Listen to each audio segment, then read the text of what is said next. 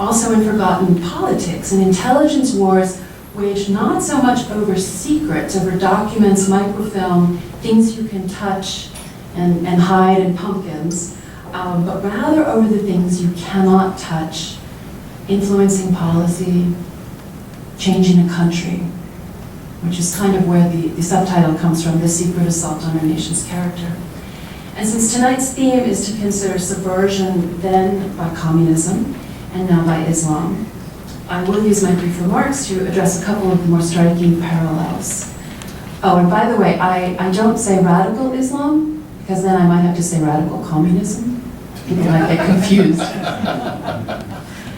In the fall of 2011, 57 American Muslim groups sent a letter to the Obama White House demanding that what they called biased Islamic educational materials be purged, that was the word, from training courses and libraries across the federal government, FBI, Homeland Security, the Pentagon, and so on.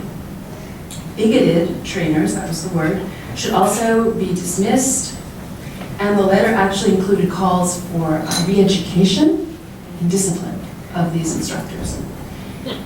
It's important to note that several of the groups signing this letter to the US government had been designated Muslim Brotherhood front groups by the US government, and that the US government then complied with what the letter was asking it to do.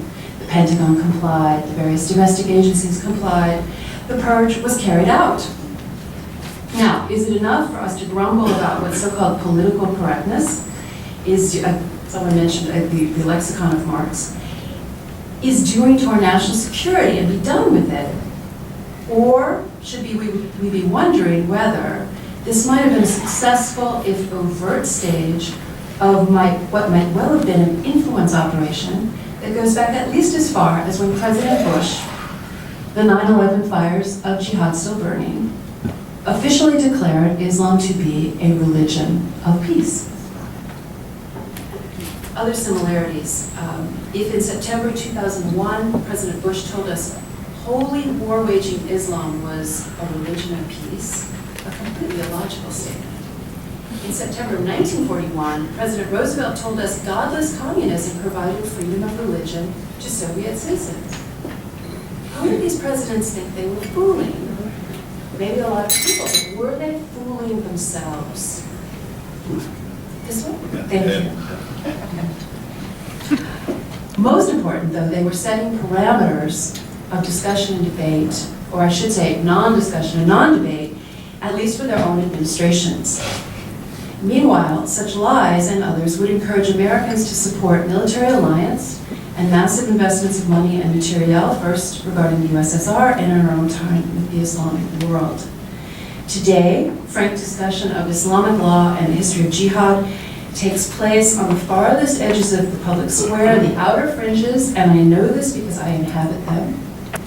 Today, similarly, the so-called bigoted trainers, some of whom have been colleagues of mine, in the crosshairs of, among others, Muslim Brotherhood front groups, as described, are serious students of Islam and jihad and committed patriots.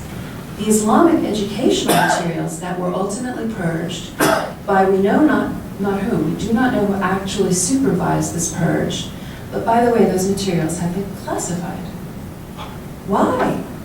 For whom does clarity, for whom does anything less than apologetics about these ideologies, whether communism or Islam, pose a problem?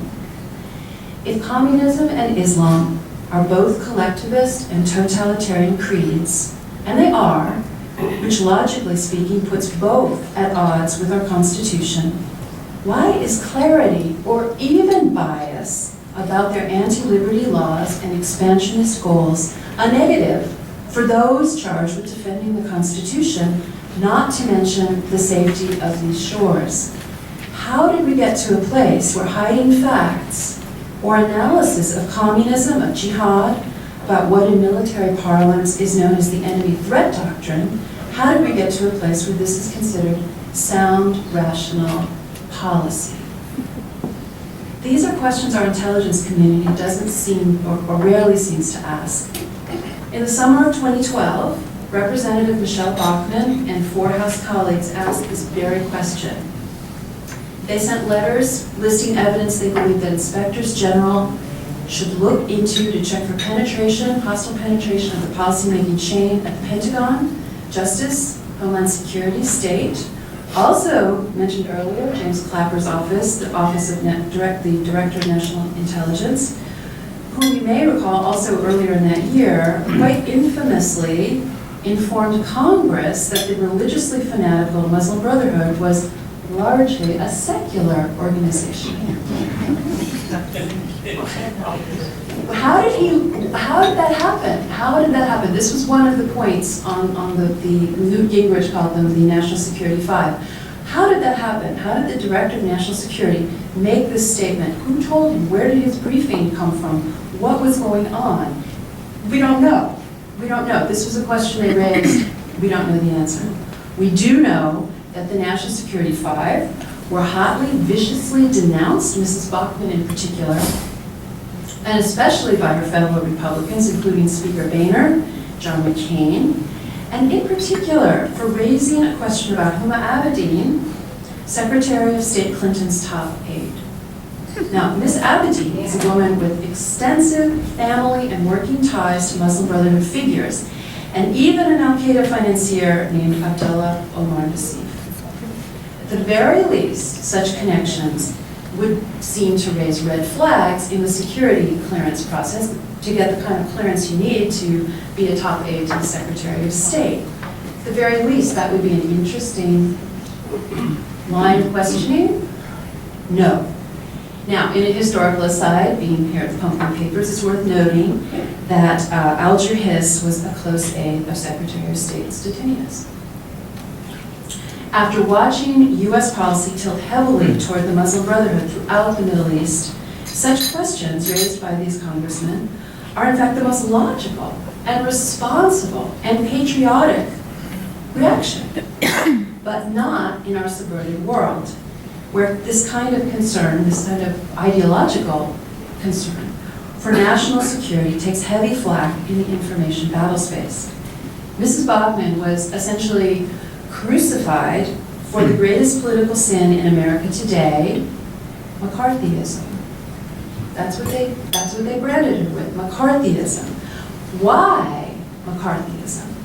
If we know historically that there was extensive communist infiltration and subversion of US policymaking by a communist conspiracy, no scare quotes necessary, is it still correct to use Senator McCarthy's name as the great silencer, the great ostracizer, particularly in the face of troubling indicators of infiltration and collusion in our own time?